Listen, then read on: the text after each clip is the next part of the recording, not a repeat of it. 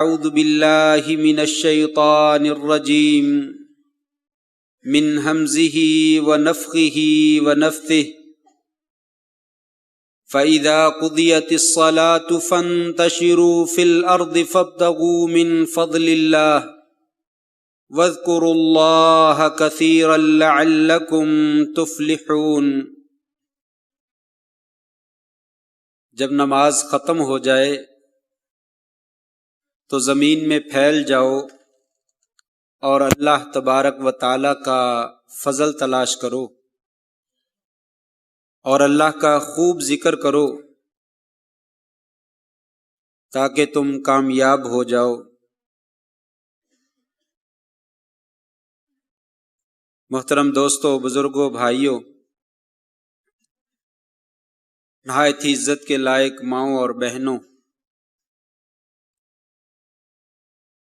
یہ بات تو کسی بھی مسلمان سے مخفی نہیں ہے کہ اللہ تبارک و تعالی نے ہمیں اپنی عبادت کے لیے پیدا کیا ہے۔ وَمَا خَلَقْتُ الْجِنَّ وَالْإِنسَ إِلَّا لِيَعْبُدُونَ، میں نے تمام جن و انس کو صرف اور صرف اپنی عبادت کے لیے پیدا کیا ہے، اور وہ عبادت نماز کی شکل میں ہے، روزے کی شکل میں ہے، حج کی شکل میں ہے، زکوٰۃ کی شکل میں ہے، صدقات و خیرات کی شکل میں ہے، رکوع اور سجود کی شکل میں ہے، ذکر و اذکار کی شکل میں ہے، تہجد اور نوافل کی شکل میں ہے۔ الغرض عبادت کی کئی اقسام ہیں اور کئی انواع ہیں۔ ان تمام انواع و اقسام کے ذریعے اللہ تبارک و تعالیٰ کی عبادت کی جاتی ہے، اور اللہ تبارک و تعالیٰ نے یہ عبادت کرنے کا ہمیں حکم بھی دیا ہے، اور قرآن مجید میں ہماری تخلیق کا ایک ہی مقصد اللہ تبارک و تعالیٰ نے وہ یہی بیان فرمایا ہے۔ لیکن ایک کام ایسا بھی ہے جو انسان اپنی ضرورت کے لیے کرتا ہے، لیکن اللہ تبارک و تعالی اسے بھی عبادت کا درجہ جو ہے وہ عطا فرما دیتے ہیں۔ بلکہ کام ایک ہے، فوائد بے شمار ہیں۔ یہ اللہ تبارک و تعالی کی بہت بڑی رحمت ہے کہ انسان اپنی ذاتی ضروریات کے لیے ایک کام سر انجام دیتا ہے، اور وہ کام بے شک ساری زندگی کیوں نہ ادا کرتا رہا ہو، اللہ کریم اس کام کو عبادت کا درجہ عطا فرما دیتے ہیں، اور انسان کے نامہ اعمال میں اسے عبادت کی شکل میں لکھ دیا جاتا ہے۔ اور جیسا کہ میں نے ذکر کیا، صرف عبادت کی شکل میں نہیں بلکہ اس کے بے شمار ثمرات ہیں، نتائج ہیں اور فوائد ہیں جو انسان کو بیک وقت جو ہے وہ حاصل ہوتے ہیں۔ اور وہ کام ہے انسان کا رزق حلال کے لیے گھر سے نکلنا۔ کسب حلال جو ہے یہ بھی بہت بڑی عبادت ہے۔ عام طور پہ لوگ یہ کہتے ہیں کہ آپ نماز، روزہ، حج، زکوٰۃ اور دوسری دین کی مشغولیات جو ہے اسی کے بارے میں جو ہے وہ تذکرہ کیا جاتا ہے، گویا کہ انسان جو ہے وہ تمام کام کاج چھوڑ کے نماز پڑھنے پہ لگ جائے، دین سیکھنے میں لگ جائے، ذکر و اذکار میں لگ جائے، تو پھر کام کون کرے گا، رزق کون کمائے گا، اس کے بارے میں کوئی بات نہیں کرتا ہے۔ تو اس کا جواب یہ ہے کہ رزق حلال تلاش کرنا یہ بھی عین عبادت ہے، اور چھوٹی سی عبادت نہیں ہے بلکہ بہت بڑی عبادت ہے۔ کام ایک ہے اور فائدے 10 ہیں۔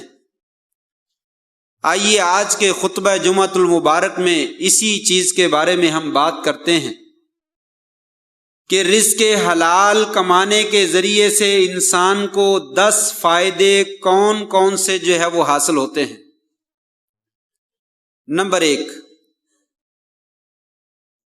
اللہ تبارک و تعالیٰ کے حکم کی تعمیل ہے، اور جو بندہ اللہ تبارک و تعالیٰ کے حکم کی تعمیل کرتا ہے یقیناً وہ اس کی بندگی کرتا ہے اور اس کی عبادت ادا کرتا ہے۔ تعمیل کے لیے 2 آیتیں قرآن مجید کی میں آپ کے سامنے رکھتا ہوں۔ ایک سورہ ملک میں ہے، اللہ تعالیٰ فرماتے ہیں هو الذی جعل لکم الارض ذلولا فامشوا فی مناکبها وکلوا من رزقہ والیہ النشور۔ اللہ ہی وہ ذات ہے جس نے زمین کو تمہارے لیے مطیع اور فرما بردار بنا دیا تاکہ تم اس کے چاروں طرف میں، اکناف میں، اطراف میں جو ہے وہ گھومو اور پھرو اور اللہ کا رزق تلاش کرو۔ وَكُلُوا مِن رِزْقِهِ، زمین میں سیر و سیاحت بھی کرو اور اللہ تبارک و تعالیٰ کا رزق بھی کھاؤ۔ تو جب رزق کمانا نہیں ہے تو کھانا کیسے ہے؟ یہ کھانے کا اور کمانے کا اللہ تبارک و تعالیٰ نے خود حکم دیا ہے کہ لوگوں یہ کام کرو۔ اور دوسری آیت سورہ جمعہ کے اندر جو میں نے شروع میں پڑھی، فَإِذَا قُضِيَتِ الصَّلَاةُ فَانتَشِرُوا فِي الْأَرْضِ وَابْتَغُوا مِن فَضْلِ اللَّهِ وَاذْكُرُوا اللَّهَ كَثِيرًا لَعَلَّكُمْ تُفْلِحُونَ۔ لوگوں جب جمعے کی نماز ختم ہو جائے زمین میں پھیل جاؤ اور اللہ تبارک و تعالیٰ کا رزق اور فضل جو ہے وہ تلاش کرو۔ یہاں پہ بھی رزق تلاش کرنے کا حکم اللہ تبارک و تعالیٰ نے خود دیا ہے، گویا کہ رزق کا تلاش کرنا یہ اللہ کی بندگی ہے اور اللہ تبارک و تعالیٰ کی بہت بڑی عبادت ہے۔ جو بندہ رزق تلاش کرتا ہے گویا کہ وہ اللہ تبارک و تعالیٰ کے حکم کی تعمیل کر رہا ہے اور اس کی فرما برداری کر رہا ہے اور اس کی اطاعت کر رہا ہے۔ جب تک وہ رزق کماتا رہے گا، حلال کماتا رہے گا، تب تک اس کے نامہ اعمال میں اللہ تبارک و تعالیٰ نیکیاں جو ہے وہ لکھتے چلے جائیں۔ نمبر 2، دوسرا فائدہ یہ ہے کہ رزق کمانے کو بعض اہل علم نے جہاد کے برابر جو ہے وہ عمل قرار دیا ہے۔ ایک آدمی جہاد کرتا ہے، دوسرا آدمی رزق کماتا ہے، بس شرط یہ ہے کہ رزق حلال کماتا ہے۔ فرمایا اس کو اللہ تبارک و تعالی مجاہدین جیسا اجر جو ہے وہ عطا فرماتے ہیں۔ اللہ تبارک و تعالی سورہ مزمل میں فرماتے ہیں علم ان سیکون منکم مرضی وآخرون یضربون فی الارض یبتغون من فضل اللہ وآخرون یقاتلون فی سبیل اللہ فاقرؤوا ما تیسر منہ۔ اللہ کو معلوم ہے کچھ بندے بیمار ہیں، اور اللہ کو یہ بھی معلوم ہے کہ کچھ بندے رزق کی تلاش میں نکلے ہوئے ہیں، اور اللہ کو یہ بھی معلوم ہے کہ کچھ بندے اللہ کے رستے میں جہاد کرنے کے لیے نکلے ہوئے ہیں۔ 3 افراد کا تذکرہ فرمایا، اور آیات پیچھے اگر دیکھا جائے تو اللہ تعالیٰ اپنے نبی کو اور اپنے نبی کے امتیوں کو تہجد کی نماز ادا کرنے کا حکم دے رہے ہیں کہ لوگوں تہجد کی نماز پڑھو اور اس میں کچھ نہ کچھ قرآن مجید کی تلاوت کرو۔ رات کا تہائی حصہ، آدھا حصہ، 2/3 حصہ، جتنا ہو سکتا ہے ساری رات یا ساری رات سے تھوڑا سا کم تہجد ادا کرو اور قرآن مجید کی تلاوت کرو۔ پھر اللہ نے کہا کہ مجھے معلوم ہے تم میں سے کچھ لوگ بیمار ہیں، کچھ لوگ رزق کی تلاش میں نکلے ہوئے ہیں، اور کچھ لوگ جو ہے وہ جہاد کے اوپر گئے ہوئے ہیں، لہٰذا اگر کن تینوں افراد میں سے کسی سے تہجد نہ پڑھی جا سکے کوئی حرج نہیں، فَاقْرَؤُوا مَا تَيَسَّرَ مِنْهُ، جتنا ممکن ہو اتنا ہی پڑھ لیا کرو۔ گویا کہ بیمار آدمی معذور ہے، اگر اس کی نیت صادقہ ہے تو اللہ تعالیٰ سچی نیت کی بنا پر اس کو بھی اجر دے دیں گے۔ اور اگر کوئی آدمی رزق کے حلال کی تلاش میں نکلا ہوا ہے اور پھر مجبوری کی وجہ سے وہ تہجد اور قرآن نہیں پڑھ سکا، اس کا ارادہ ہے کہ میرے پاس وقت ہو تو میں پڑھوں، لیکن وقت نہ ملنے کی وجہ سے نہیں پڑھ سکا، تو اسے بھی اللہ تبارک و تعالی اجر عطا فرمائیں گے۔ اور تیسرے نمبر پر اگر کوئی جہاد میں نکلا ہوا ہے، وہ جہاد کی مشغولیت کی وجہ سے اگر وہ تلاوت نہیں کر سکا اور تہجد نہیں پڑھ سکا، تو اللہ تبارک و تعالی اسے بھی اجر عطا فرما دے۔ یہ تینوں لوگوں کو برابر قرار دیا، بیمار لوگ اور رزق تلاش کرنے والے اور جہاد کرنے والے۔ یہ میں نہیں کہتا، عبداللہ ابن مسعود رضی اللہ تعالیٰ عنہ فرماتے ہیں کہ کوئی بھی بندہ کسی دوسرے شہر سے، دوسرے ملک سے اپنے ملک میں یا اپنے شہر میں وہ مال لے کر آتا ہے، پھر اسی دن کے ریٹ کے اعتبار سے اس کو فروخت کرتا ہے، ظلم نہیں کرتا، زیادتی نہیں کرتا، بہت زیادہ منافع نہیں لیتا، اسی دن کا جو ریٹ چل رہا ہے اسی کے مطابق وہ بیع کرتا ہے، شراء کرتا ہے، اپنا سامان فروخت کرتا ہے، اللہ تبارک و تعالیٰ اس عمل کی وجہ سے اس کو شہداء کا اجر جو ہے وہ عطا فرما دیتے ہیں۔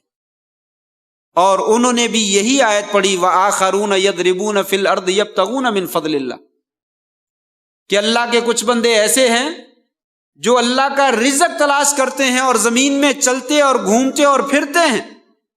اس آیت سے استدلال کیا گویا کہ وہ اللہ کے رستے میں جو ہے وہ جہاد کر رہے ہیں۔ اور یہ بات عبداللہ ابن مسعود رضی اللہ تعالیٰ نہیں فرماتے، بلکہ نبی کریم صلی اللہ علیہ وسلم کا بھی فرمان ہے۔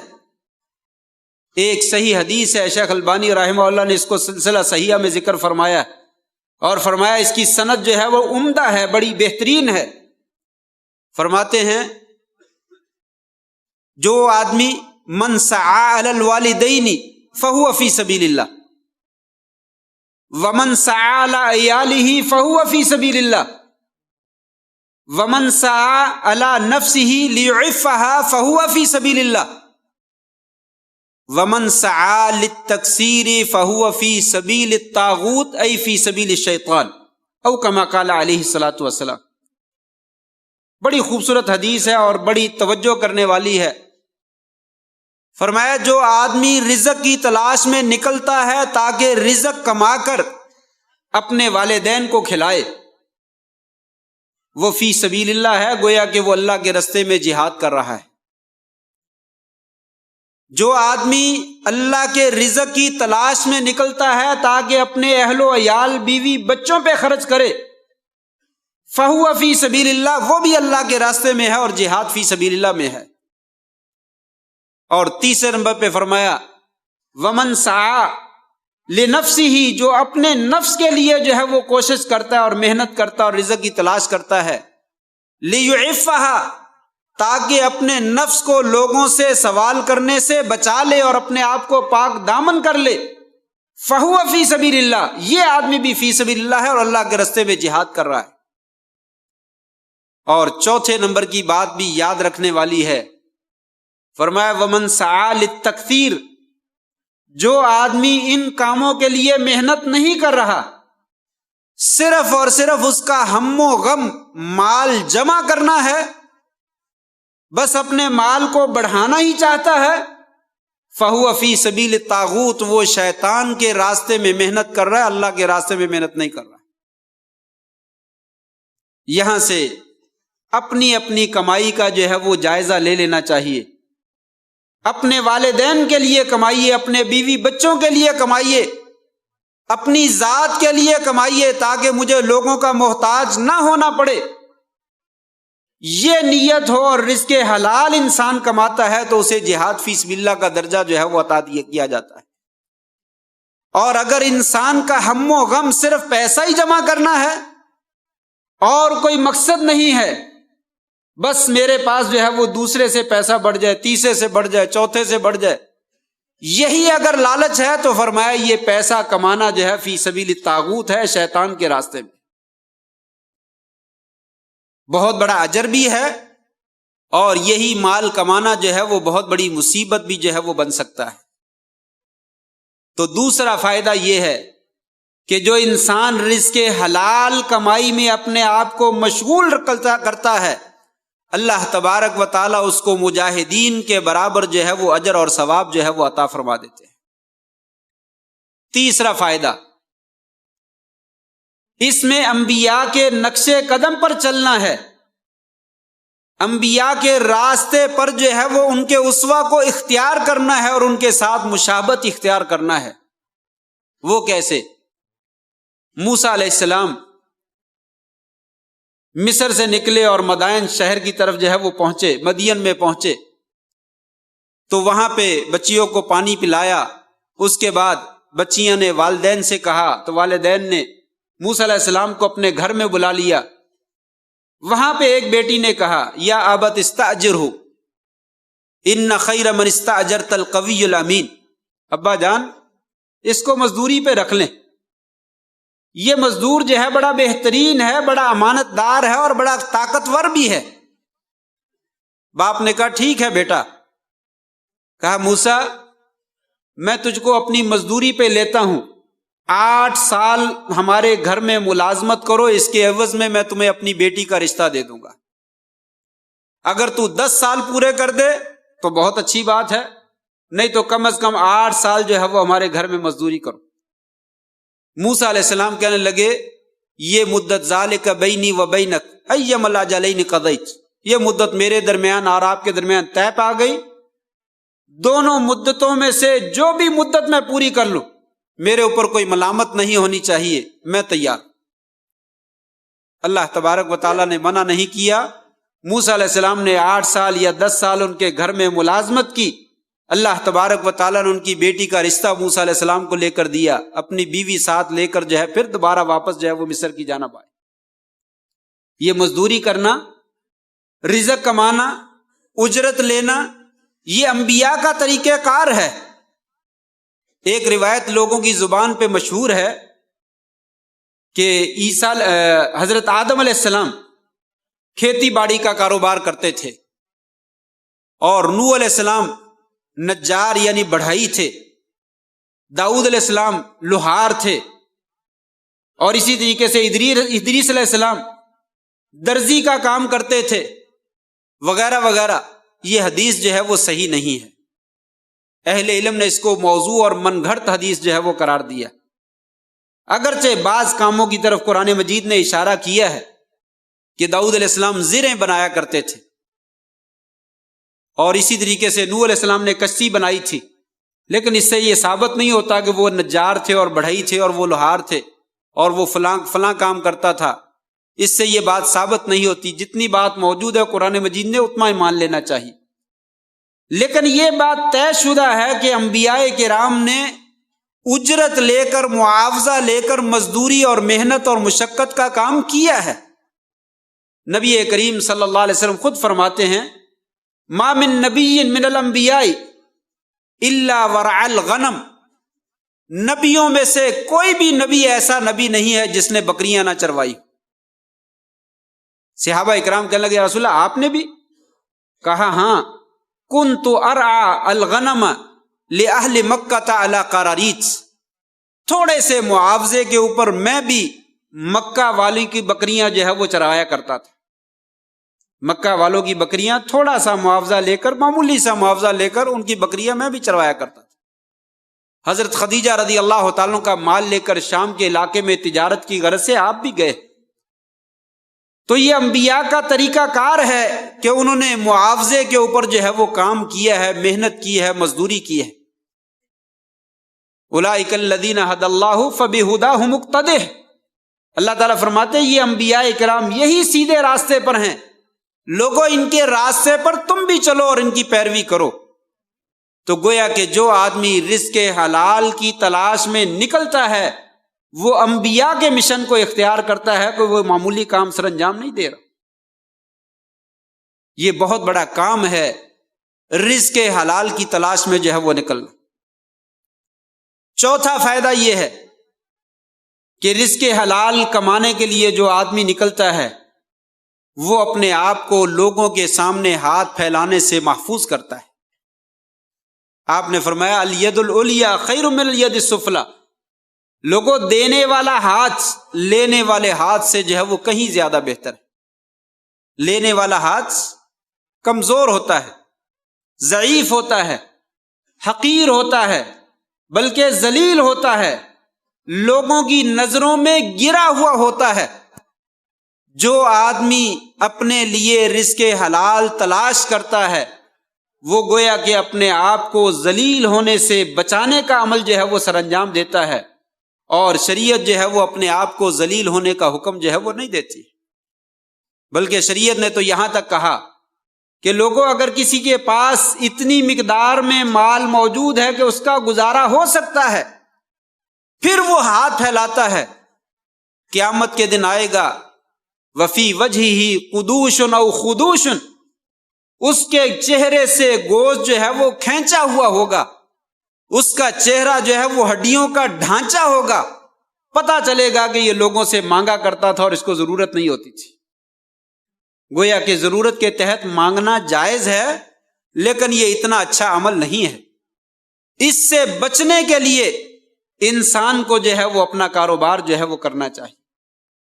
آپ صلی اللہ علیہ وسلم نے فرمایا، لوگوں جو آدمی اپنی کمر کے اوپر گٹھڑی اٹھاتا ہے، ایندھن اٹھاتا ہے، لکڑیاں اٹھاتا ہے اور اسے جا کر بازار میں فروخت کرتا ہے، وہ کہیں زیادہ بہتر ہے اس بندے سے جو بندہ لوگوں کے سامنے جو ہے وہ ہاتھ پھیلا رہا ہے۔ لکڑیاں اٹھانا یہ کوئی معیوب کام نہیں ہے، اس میں کوئی عیب نہیں ہے، لیکن ہاتھ پھیلانا جو ہے وہ بہت بڑا عیب ہے۔ آج کتنی ہی دنیا کے لوگ ایسے ہیں کہ جو ہاتھ پھیلانا فخر سمجھتے ہیں، اور وہ سمجھتے ہیں کہ فارغ بیٹھے ہمیں رزق مل رہا ہے۔ لوگ جو ہے وہ ایک دن کا 1000 2000 کماتے ہیں، ہم 10 ہزار 20 ہزار جو ہے وہ کما لیتے ہیں، اور ہمیں جو ہے وہ محنت بھی کرنی نہیں پڑتی، مشقت بھی کرنی نہیں پڑتی۔ یاد رکھیں قیامت کے دن آئیں گے جسم سے گوشت جو ہے وہ نوچا ہوا ہوگا، اور ساری دنیا کو پتا چلے گا کہ یہ وہ لوگ ہیں جو لوگوں کے سامنے بغیر ضرورت کے ہاتھ جو ہے وہ پھیلایا کرتے تھے۔ 4 فائدے۔ نمبر 5، پانچواں فائدہ یہ ہے کہ اس میں انسان کو صدقہ خیرات کرنے کا جو ہے وہ موقع ملتا ہے۔ انسان کو صدقہ خیرات کرنے والوں کا اجر بھی ملتا ہے، اور صدقہ خیرات کرنے والوں میں انسان شامل بھی ہو جاتا ہے۔ یا ایھا الذین آمنوا انفقوا من طیبات ما کسبتم، اللہ خود حکم دیتے ہیں اے ایماندار لوگو، جو تم رزق حلال کماتے ہو اس میں سے اللہ کے راستے میں خرچ کرو۔ اگر کمایا ہی نہیں تو خرچ کہاں سے کرنا ہے؟ فرمایا لوگوں جو تم رزق حلال کماتے ہو اس میں سے اللہ کے راستے میں خرچ کرو۔ اور دوسری جگہ پہ آپ صلی اللہ علیہ وسلم نے خود فرمایا کہ لوگوں علی کل مسلم صدقہ، ہر مسلمان کے اوپر صدقہ خیرات کرنا فرض ہے، واجب ہے، لازم ہے۔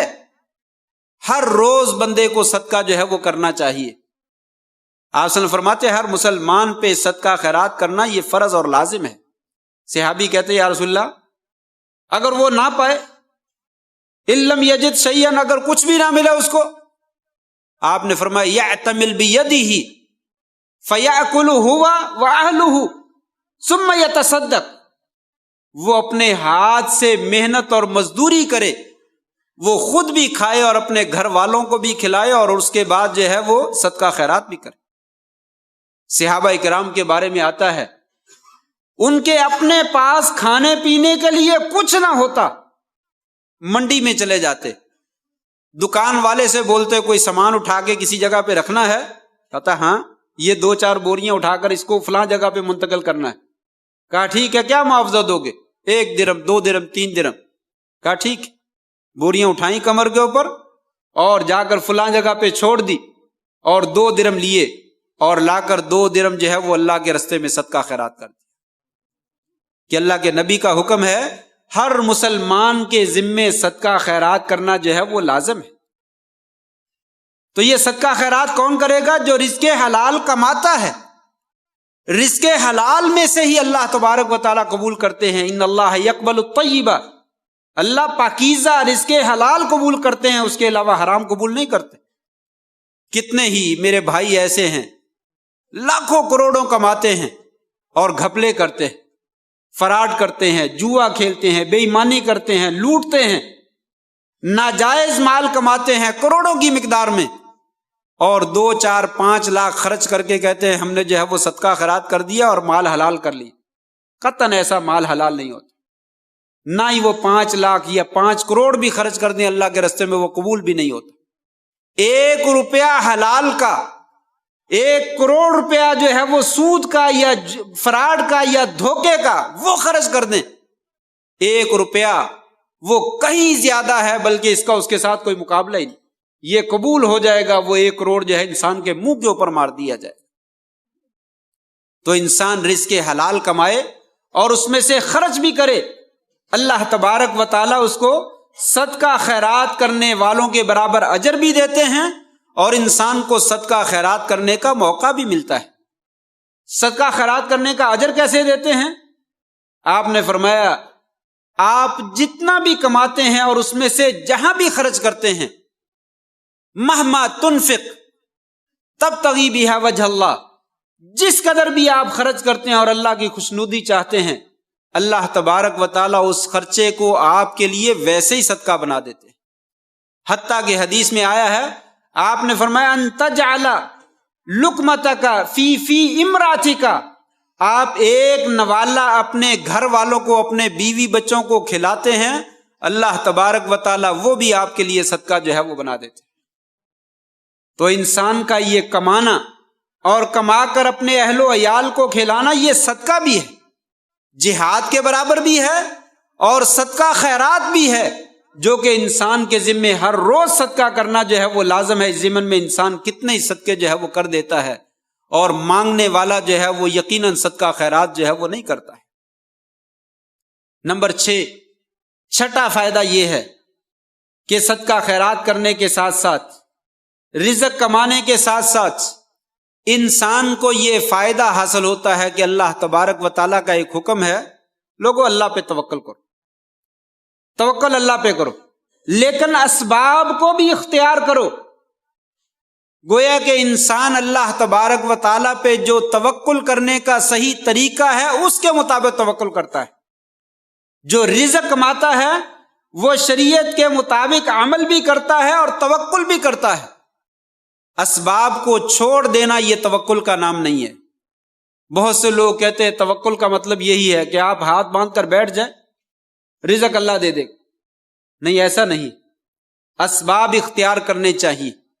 اگرچہ وہ روایت جو ہے وہ سند کے اعتبار سے کچھ کمزور ہے، لیکن قرآن مجید کی آیات اور احادیث دوسری اس کی تائید کرتی ہیں کہ اعقل ناقتک ثم توکل، اپنی اونٹنی کا گھٹنا جو ہے وہ پہلے باندھو پھر اللہ پہ توکل کرو، گھر کو تالا لگاؤ پھر اللہ پہ توکل کرو، اپنا مال اپنی تجوری میں محفوظ کرو پھر اللہ پہ توکل کرو۔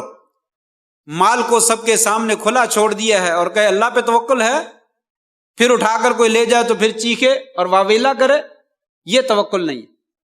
بہت سے لوگ اللہ پہ توکل ہے، بیوی بچوں کا اللہ وارث ہے، میں تبلیغ کرنے جا رہا ہوں، 6 مہینے کے لیے، سال کے لیے، 2 سال کے لیے تبلیغ کرنے پہ چلے جاتے ہیں، پیچھے بیوی بچوں کو سنبھالنے والا کوئی بھی موجود نہیں، اللہ سنبھالے گا۔ اگر اللہ سنبھالے گا تو وہ پہلے ہی سنبھال لے گا، شادی کرنے کی کیا ضرورت ہے؟ آپ نے اس کو اپنی ذمہ داری میں لیا کیوں ہے؟ شادی کرنے کا مطلب ہی یہی ہے کہ یا اللہ یہ ذمہ داری میں نے قبول کی ہے، اس کو نانا نفقہ جو ہے وہ میں نے دینا ہے، ان کی ضروریات کو میں نے تحفظ دینا ہے، ان کی عزت کی حفاظت میں نے کرنی ہے۔ تو توکل یہی ہے کہ انسان اسباب کو اختیار کرے پھر اس کے بعد توکل کرے۔ جو آدمی رزق حلال کماتا ہے وہ اسباب کو اختیار کرتا ہے، لیکن اسے یاد رہنا چاہیے کہ توکل اور بھروسہ اللہ پہ رکھنا چاہیے۔ اللہ نے کہا زمین میں گھومو پھرو وَكُلُوا مِن رِزْقِهِ، گھومو پھرو تم، لیکن رزق تم اللہ کا کھاؤ گے، اپنا رزق نہیں کھاؤ گے، رزق اللہ کا ہے۔ فَابْتَغُوا مِن فَضْلِ اللَّهِ، اللہ کا فضل تلاش کرو۔ لوگو یہ اللہ کا فضل ہے جو تمہیں دیتا ہے۔ اگر تم ساری زندگی ٹکریں مارتے رہو، ہو سکتا ہے تمہیں کچھ بھی نہ ملے۔ یہ تو اللہ تعالیٰ کی عطا ہے کہ وہ دیتا ہے۔ تم محنت کرتے ہو، تمہارے محنت کے اوپر اللہ تعالیٰ جو ہے وہ پھل لگا دیتا ہے۔ وَحُزِّي إِلَيْكِ بِجِذْعِ النَّخْلَةِ تُسَاقِطْ عَلَيْكِ رُطَبًا جَنِيًّا۔ مریم سے کہا تھا علیہ السلام، مریم حالت تو تیری ٹھیک نہیں ہے، بیمار ہے تو اس وقت، لیکن یہ کھجور کے تنے کو، خشک تنا، اس کو ذرا حرکت تو دو، دیکھو یہ کیسے تازہ کھجوریں جو ہے وہ گرتی ہیں۔ اللہ میں کس مسئلے میں پڑی ہوئی ہوں، کس پریشانی میں مبتلا ہوں، اور عورت ہوں، اور اس وقت میری کیفیت بھی ایسی نہیں ہے کہ میں کام کر سکوں، یا اللہ تو آسمان سے ویسے کھجوریں نہیں گرا سکتا؟ کہا گرا سکتا ہوں، لیکن میرا قانون یہ ہے کہ میں اپنے بندوں کو اسباب اختیار کرنے کا حکم دیتا ہوں۔ تو عورت ہو کے اور اس حالت میں بھی ہو کے اس تنے کو تھوڑا سا حرکت ضرور دے، پھر دیکھو اس خشک درخت سے کھجوریں جو ہے وہ کیسے گرتی۔ چنانچہ ایسا ہی ہوا، انہوں نے ہلکا سا ہلایا، اللہ تعالیٰ نے وہاں سے کھجوریں گرا دی۔ سبق یہ دیا کہ لوگوں اسباب کو اختیار کرنا یہ توکل کے منافی بھی نہیں ہے، اور یہ ضروری بھی ہے، لازمی بھی ہے، انسان جو ہے وہ اسباب کو جو ہے وہ اختیار کرے، پھر جو ہے وہ اللہ پہ توکل کرے۔ رزق اللہ نے دینا، ہماری محنت نے نہیں دینا، اس لیے توکل اللہ پہ ہونا چاہیے۔ آپ دیکھتے ہیں کئی بندے مٹی میں ہاتھ مارتے ہیں، وہ سونا بن جاتا ہے، اور کئی بندے سونے میں ہاتھ مارتے ہیں، وہ مٹی بن جاتی ہے۔ وہ لاکھوں کروڑوں کا کاروبار شروع کرتے ہیں، وہ ضائع ہو جاتا ہے، نقصان ہو جاتا ہے، خسارہ ہو جاتا ہے، جون سا کاروبار شروع کرتے ہیں خسارہ ہو جاتا ہے۔ اور کچھ لوگ چند روپے سے کام شروع کرتے ہیں، ارب پتی بن جاتے ہیں۔ فرمایا یہ رزق اللہ کا ہے، صرف تمہارا کام محنت کرنا ہے اور توکل اللہ پہ کرنا ہے۔ گویا کہ اس معنی کی صحیح تعمیل ہوتی ہے جب انسان جو ہے وہ رزق حلال جو ہے وہ اختیار کرتا ہے۔ 6 چیزیں۔ نمبر 7، انسان کی دعا جو ہے وہ رزق حلال کے ساتھ قبول ہوتی ہے۔ اگر رزق حلال موجود نہ ہو تو دعا جو ہے وہ قبول نہیں ہوتی۔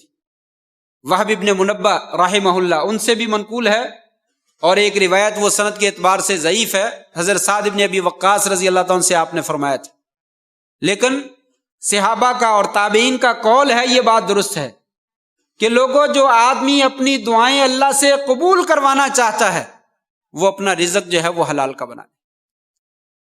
جو آدمی یہ چاہتا ہے میری دعا قبول ہونی چاہیے، اس کو رزق حلال کا لینا چاہیے، رزق آپ حلال کا بنا لے، اللہ تبارک و تعالیٰ جو ہے وہ دعا قبول کر لے۔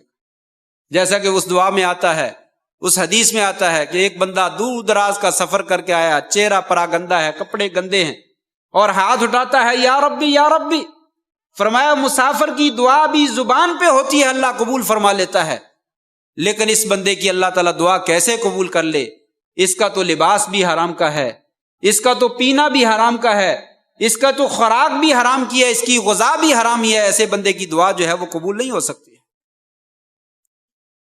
تو یہ 7 چیزیں، دوسرے جمعے میں اگر ٹائم ملا تو تھوڑے سے وقت میں انشاءاللہ باقی 3 چیزوں کی طرف اشارہ کر دوں گا۔ تو یہ رزق حلال کمانا یہ بہت بڑی عبادت ہے۔ جو لوگ رزق حلال کماتے ہیں وہ واقعی عبادت کرتے ہیں۔ رزق حرام کمانا جو ہے وہ عبادت نہیں ہے، اور رزق حلال کمایا جائے تو اس کے بے شمار فائدے بھی ہیں۔ اللہ تبارک و تعالیٰ یہ فائدے ہمیں حاصل کرنے کی توفیق نصیب فرمائے، ہماری کمائی جو ہے وہ اللہ تعالیٰ حلال کی بنا دے، ہمیں اور ہمیں اپنے گھر والوں کو اور اپنے بیوی بچوں کو اللہ تعالیٰ حلال کھلانے کی جو ہے وہ توفیق نصیب فرما دے۔ وآخر دعوانا الحمد للہ رب العالمین۔